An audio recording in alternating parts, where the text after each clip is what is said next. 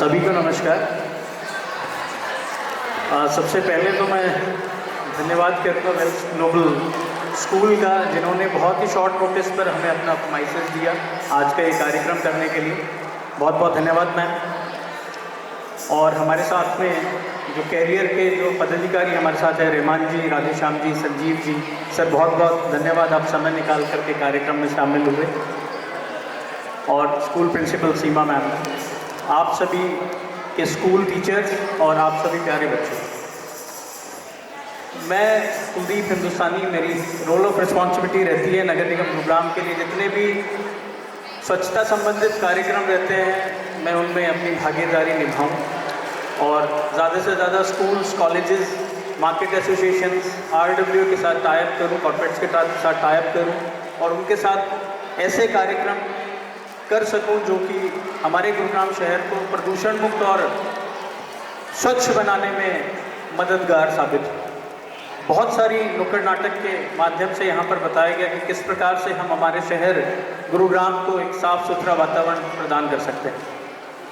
तो आप सभी पढ़ने वाले बच्चे हैं, मैं जब भी अक्सर ऐसे मंचों के माध्यम से बात करता हूँ तो मैं एक चीज़ ज़रूर बोलता हूँ कि हम कचरा फैलाने से तो नहीं रोक सकते हैं, लेकिन उसको कम ज़रूर कर सकते हैं।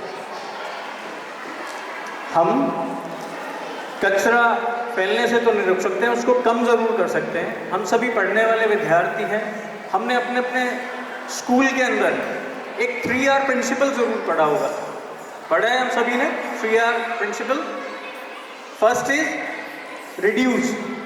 अगर मैं नगर निगम की भाषा में या केंद्र सरकार, राज्य सरकार की भाषा में आपको सभी को बताऊं तो हमने कूड़े की पहचान करके 2 डस्टबिन का प्रोविज़न रखा है। यदि आप कूड़े की पहचान कर लेंगे और घर के अंदर 2 कूड़ेदान का प्रयोग करेंगे तो मैं समझ सकता हूँ जो मैंने बात अभी कही है कि हम कूड़े को फैलने से तो नहीं रोक सकते लेकिन कम ज़रूर कर सकते हैं। क्या क्या रहता है वो? गीला और सूखा कूड़ा। मुख्यतः जो हमारे घरों से कूड़ा निकलता है वो गीला और सूखा रहता है, जैविक और अजैविक। आप समझते हैं उस चीज़ को? गीला कूड़ा यानी कि जो हमारा मेनली मैं बोलूँगा जो हमारा किचन वेस्ट, हमारे फल सब्जियों के छिलके, एग शेल्स, बचा हुआ खाना, मीट के पीसेस, है ना। और यदि मैं सूखे कूड़े की बात करता हूँ तो जो अभी आपको बॉक्सेस दिए गए हैं, रैपर्स, है ना, किसी भी प्रकार का मेटल, धातु। तो मुख्यतः हमारे पास ये 2 तरीके के ही कूड़े हमारे घरों से निकलते हैं। और भी बहुत प्रकार है कूड़े के, लेकिन मैं उनमें नहीं जाना चाहूँगा। यदि हम इसको ही कंट्रोल कर लें, हमारे कूड़े की पहचान कर लें और घर में 2 डस्टबिन का प्रयोग कर लें तो हम अपने कूड़े को रिड्यूस कर सकते हैं। Second R is for reuse. Second R is for reuse and third for recycle. तो मैं खुद गवर्नमेंट स्कूल से पढ़ा हूँ और मुझे अच्छा लगता है जब भी कोई गवर्नमेंट स्कूल मंच पर आकर के अपनी प्रस्तुति देता है और इतनी अच्छी प्रस्तुति देता है कि वो सभी के मन को मोह लेता है। तो जैसे होता ही है कि हम अपने जो सीनियर स्टूडेंट्स होते थे उनसे हम बुक्स ले लिया करते थे और उसके थ्रू हम पढ़ाई करते थे। आज के समय में हमारे पास हमारे घरों के अंदर ऐसे बहुत सारे कपड़े हैं जिनको हम किसी भी कारण से पहनते नहीं हैं, चाहे वो हमें छोटे हो गए हैं, होली अभी कुछ समय में आने वाली है तो रंग लग करके खराब हो जाते हैं। तो हम उनका क्या कर सकते हैं? हम अभी नाटक के माध्यम से बताया जा रहा था कि प्रदूषण का एक कारण प्लास्टिक और पॉलीथीन भी है। मैंने खुद लगभग 20,000 शॉपकीपर्स के साथ जाकर के जब बात की तो एक ही उनका भी सही कहना रहता है कि सर ये तो डिमांड एंड सप्लाई है। कोई दूध भी लेने आता है वो ऑलरेडी पॉलीथीन में पैक्ड है, उसके बाद भी बोलते हैं कि हमें एक कैरी बैग दे दीजिए पॉलीथीन दे।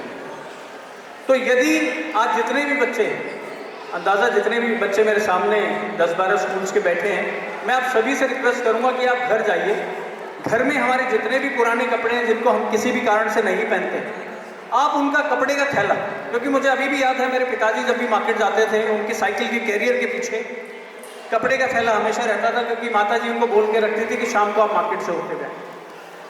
तो यदि हम केवल यहाँ पर जितने भी हम 100 से 150 व्यक्ति हैं अपने घर जाकर के वो आदत, मतलब पुराने कपड़े को रीयूज कर लें और उसको एक थैले की शेप दे दें तो हमारा पॉलीथीन वेस्ट बहुत कम हो सकता है। हमने एक कपड़ा थैला बैंक भी 14 दिसंबर 2020 को नगर निगम गुरुग्राम के साथ शुरू करा था और लगभग 1 मिलियन क्लोथ बैग्स हम गुरुग्राम नगर निगम क्षेत्र में हम बांट चुके हैं और लगभग 5 मिलियन पॉलीथिन हमने इस प्रयास से कम किए। तो मैं यही चाहूँगा कि हमारे आप सपोर्ट करें, क्योंकि केवल और केवल नगर निगम गुरुग्राम, जिला प्रशासन और हमारे जैसे यहाँ पर सहयोगी बैठे हैं यूनाइटेड फॉर एयर और कैरियर जो इस पूरे कार्यक्रम को सपोर्ट कर रहे हैं, केवल हमारे करने से नहीं होगा। जब तक हमारी सबकी सहभागिता नहीं होगी इस कार्यक्रम में तब तक, क्योंकि देश के माननीय प्रधानमंत्री जी का भी एक सपना है कि हम अपने देश को साफ करें, लेकिन मिलकर साफ करें। समय समय पर वो मैसेजेस देते रहते हैं, कभी वो बीच साफ करते हैं, कभी खुद अपने सांकेतिक रूप से कहीं पर सफाई अभियान में भागीदारी दिखाते हैं। Third is for recycle.